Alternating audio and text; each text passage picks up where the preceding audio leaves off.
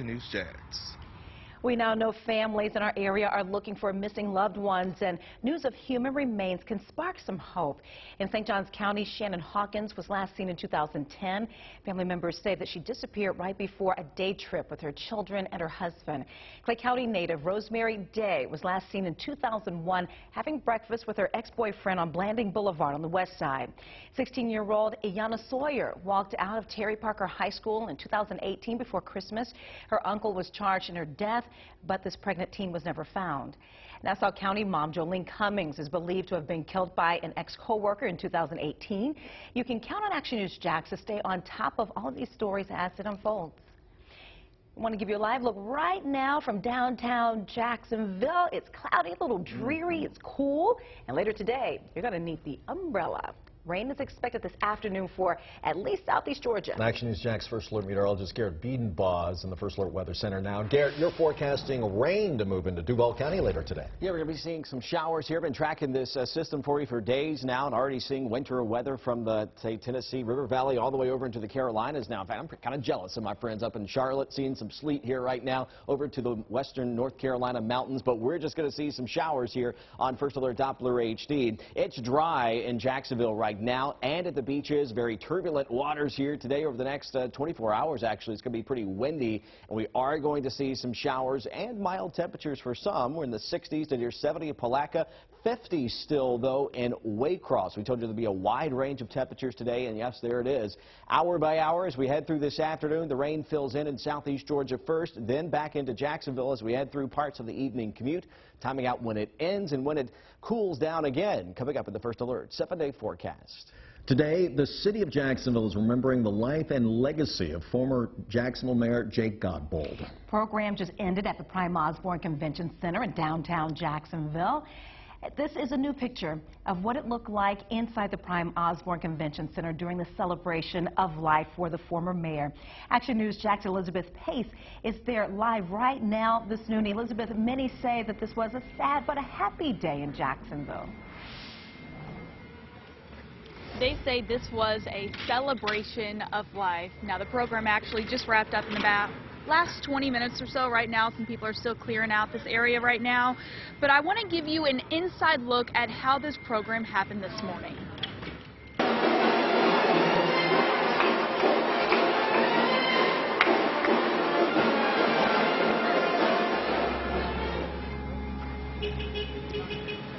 Now, this music started the program and it continued throughout the morning, really echoing Jake Godbold's spirit.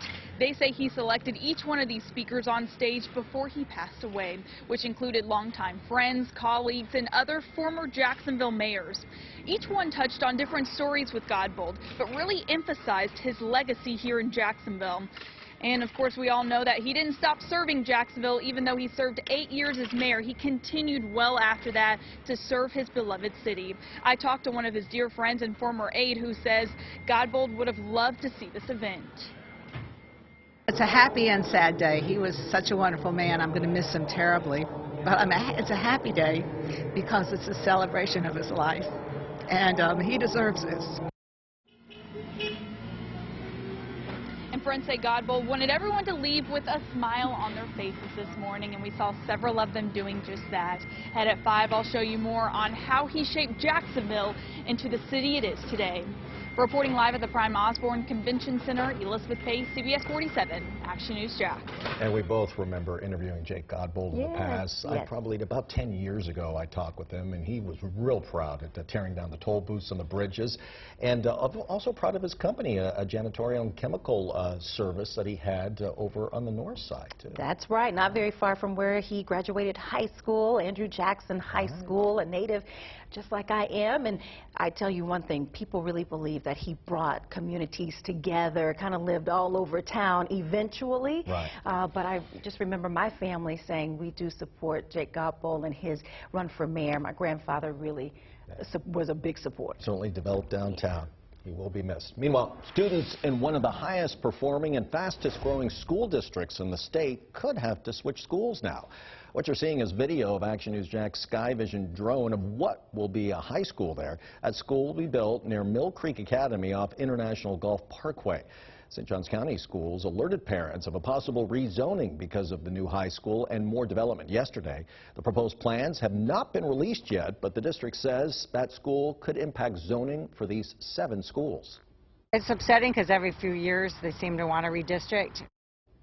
The district says the school will be built for the 2021-22 school year. Parents will have a chance to weigh in on the rezoning Tuesday at Nice High School starting at 6:30. Despite recent reports that homeless numbers are down in Northeast Florida, there are more than 200 local families without an address this noon. Sulzbacher Village says that it's at full capacity, and many nights there are families sleeping on the floor in the dining room there. Leaders there say that they get a number of calls a month on families who are sleeping out of their cars or by churches. The shelter has 52 transitional rooms and 70 affordable apartments. Glenda Mitchell and her 12-year-old daughter are thankful that they have a place to stay here. I had no hope at that time. I had really no hope. It took away all the worries, basically all the worries, and then it's affordable. They were living out of their car at one point before moving in nearly 2 years ago. Leaders at the shelter say despite overcrowding, they don't want any families out on the street or living out of a car. If you or someone you know is in need of help or housing, go to actionnewsjax.com. We have a list of resources for you on this story. Again, actionnewsjax.com. Been hit by a burglar recently? A theft ring bust has police now working to get stolen items back to their owners. Here's a peek inside one of those stolen trailers. You can see dozens of tools and work equipment. Looks like a motorcycle there. Over the course of the day, Wednesday, police contacted and returned things to people who had things stolen. Well, some people got everything back without a scratch. Others were not so lucky. Glad it got found, but it's a shame that it's stripped down to practically nothing. Police say 2 of the men involved are facing grand theft and possibly other charges as well. Unpaid court fines and fees isn't a good enough reason to keep felons who serve their sentence away from the ballot box. That's according to a new decision from the Federal Appeals Court. The Circuit Court says the requirement to pay court fines punishes those who cannot pay more harshly than those who can pay. An amendment restoring felon voting rights is the biggest expansion of voting rights since 1971. That decision does not apply to those convicted of murder or a sex offense. A spokesperson for Florida Governor Ron DeSantis says they're asking for the entire 11th Circuit Court to reconsider and that they disagree with the ruling. Democratic presidential candidates went head-to-head in one fiery debate last night in Las Vegas. This is the first time the candidates were joined by former New York City Mayor Michael Bloomberg. Now, his surging poll numbers earned him a place on the debate stage, as well as a target, though. Massachusetts Senator Elizabeth Warren led the way as the candidates took aim at the former New York City mayor's wealth, his record on race and gender, but he pushed back. Democrats take a huge risk if we just substitute one arrogant billionaire for another. I can't think of ways that would make it easier for Donald Trump to get reelected than listening to this conversation. This is ridiculous. Now, many said that his record on women and even non-disclosures with women to keep them quiet is just dismal, but Bloomberg isn't on the ballot in Saturday's Nevada caucuses, but he will be back on the debate stage in South Carolina next week. NASCAR driver Ryan Newman is home with his family this morning. This is video of him leaving a Florida hospital Wednesday, holding hands with his 2 daughters. Newman was rushed to the hospital after a fiery crash during the last lap of the Daytona 500. And right now, the Action News Jax First Alert Weather Center. I'm tracking some showers moving into your neighborhood as we head through the next couple of hours. And when it turns really cold, that's coming up in your Action News Jax First Alert 7-day forecast. Coming up, I'm going to show you a local organization that's helping put an end to period poverty. An app for teens being controlled by their parents. The new safety features you'll find on the TikTok app. What to watch tonight. Brought to you by Ashley Home Store.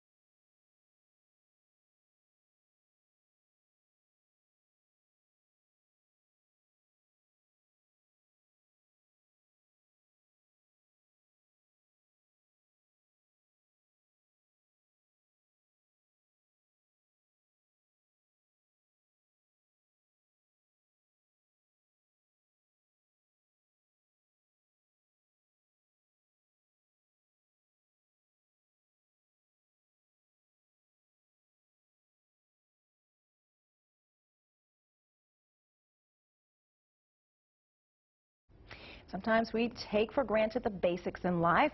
A local nonprofit is trying to help women who can't afford feminine hygiene products. New this noon, Action News Jack's Alicia Tarancon sat down with the founder of Renewing Dignity, whose goal is to end poverty. Renewing Dignity tells us that more than 100,000 women in our area don't have access to pads and tampons like these, things we take for granted every day. Jan Healy is a member of the Women's Giving Alliance. A year and a half ago, she learned women in Northeast Florida were struggling to get feminine hygiene products. Many people don't think to donate tampons and pads to agencies. You know, they donate canned goods or clothing, but they don't think to donate period products. Healy found out that those women who couldn't afford these products were forced to use unsafe and unsanitary options. That's why she created the nonprofit Renewing Dignity to help create awareness about the problem. Her organization partners with Feeding Northeast Florida to raise money and purchase period products for low-income women. And surprisingly, period supplies are not covered by SNAP. Over the weekend, Renewing Dignity recently helped more than 200 families at the Regency Mall get the products they need. It means a lot because that's a necessity that all women and girls need. Getting pads and stuff, that really helped me out a lot. Healy tells us 1 in 4 women are struggling to purchase period products, and 1 in 5 women miss school or work because they don't have pads or tampons. We just believe that, you know, all women deserve the dignity of having these essential products. It's their hope to one day end period poverty. And coming up at 5, we'll show you how you can get involved and help Renewing Dignity help women in our area. Reporting, Alicia Tarancon, CBS47, Action News Jax. Well, stocks are dropping on Wall Street this noon. The Dow Jones Industrial Average right now is down 278 points, giving up the previous day's gains. Earlier in the day, the Fed poured cold water on market expectations for a further easing of monetary policy. New this noon, the TikTok app is now giving more power to parents. The app is giving parents more control over their kids' social media use. The family safety mode always allows parents to curb their children's screen time and check their activity. Right now, the update is only available in Europe. TikTok hasn't revealed plans of a possible expansion into other countries yet, like the United States. Now, certified Jacksonville's most accurate forecast. Action News Jax First Alert Weather. Good afternoon in St. Augustine, live on the Action News Jax First Alert Skycam network here from the White Room, showing mostly cloudy skies, and the satellite confirming that as well. We have a warm front 2 hours south. It's slowly lifting here through the afternoon. It's going to give us some of those warmer temperatures in spots. But above that and to the north of that, it's a little bit cooler in the 50s and 60s in southeast Georgia. Shield of rain going across the deep south. Wintry weather now has begun in parts of the Carolinas, back through Tennessee as well. Arctic area of high pressure way up there on the top left-hand portion of your screen that's giving us some cold air to the north of us, and will eventually give us some cold air for some inland freezes by Saturday morning, and some cold air tomorrow, too. But 5-speed First Alert Doppler HD right now over northeast Florida and southeast Georgia. It's dry, but there comes that rain moving to the east, so it's west of Tallahassee, just to the north and west of Panama City right now. But also a few little lingering showers here to the south of this system, the southern edge. It'll eventually continue to sink to the south and east here from Waycross just to the north of you. You're seeing that light sprinkle or shower trying to make it to the ground. Blackshear by about 1:15 or so, if it does make it there here today, but it is very isolated and very light. So a few isolated showers in northeast Florida and southeast Georgia as we head through this afternoon. Again, that continues to fill in as we head through the afternoon hours. 4, 5, 6 p.m. seeing some of those scattered showers move closer to the I-10 corridor. So there'll be some spots that see some sprinkles or showers for the evening commute, and especially favoring southeast Georgia here for the evening commute today. But that'll fill in for pretty much everyone. We'll see an opportunity for some showers here through the night and into the overnight period, especially closer to the immediate coastline. Breezy onshore winds, too. They're already there in portions of, say, northeast Florida's coastline and portions of southeast Georgia. But some lingering light sprinkles through early on Friday, and then it's going to be really windy for tomorrow and much colder with the air mass only giving us the 50s for highs. So widespread showers for southeast Georgia, scattered in nature for northeast Florida, isolated the farther south you go from I-10. And then tonight, widespread scattered showers here for pretty much everyone here. But the big story again will be the wind. to 20 mile per hour winds. Tomorrow, gusting to 30 to 40 miles per hour at the immediate coastline. Here's your first alert 7-day forecast with your weekend always in view. Saturday, we'll be seeing an inland freeze with temperatures down into the 30s. Well inland here. We'll continue to watch this. These numbers should be populating here in just a bit, but they'll be in the lower to mid 30s there. Upper 60s for Sunday. Some late showers Monday. Showers again, but 70s to start next week. You can always get this forecast at any time of the day right there on the First Alert Weather app and track the rain coming. And join Chief Meteorologist Mike Burris beginning at 5 on CBS 47 and Fox 30 Action News Jax. Imagine driving at high speeds and suddenly experiencing violent vibration. And some call it the death wobble. Prayer was all I had was, dear God, let me get through this. You know, hundreds have complained about it, but we found out there's no recall. Which vehicles are most at risk? That's today at 5:45 on CBS 47 and Fox 30. Breaking toward freedom, but falling flat, the way this woman tried to escape jail. It apparently pays to be in the medical field. The big bucks, the highest paid jobs in America are raking in. Hey Jacksonville, a new segment called Local Steals and Deals is coming to CBS 47, and it's all about showing you new products at big savings. So grab your phone and text the word CBS 47 to phone number 65,000, and I'll send you everything you need to get the most exclusive deals in town. That's CBS 47 to phone number 65,000 and be the first to know.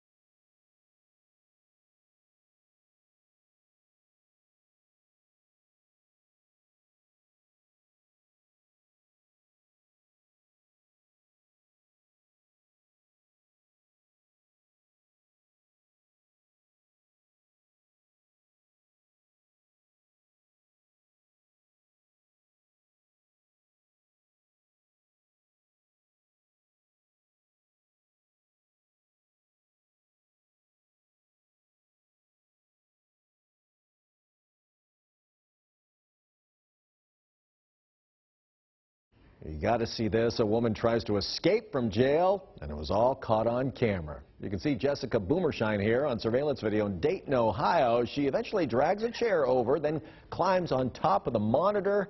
Boomershine then moves the ceiling tile out of the way, climbs out of sight, while other inmates watch here. And look what happens. Her brief moments of freedom ends fast when the ceiling gives out, causing her to fall to the ground. She's now in court again. Ooh, explain that one. Well, new data shows that it pays to earn your degree as a doctor. According to U.S. News and World Report, the top 10 highest paying jobs are in the medical field. For example, an anesthesiologist taking the top spot, making more than $260,000 a year. Then you have surgeons taking second place. They're followed by oral and maxillofacial surgeons. We'll be right back.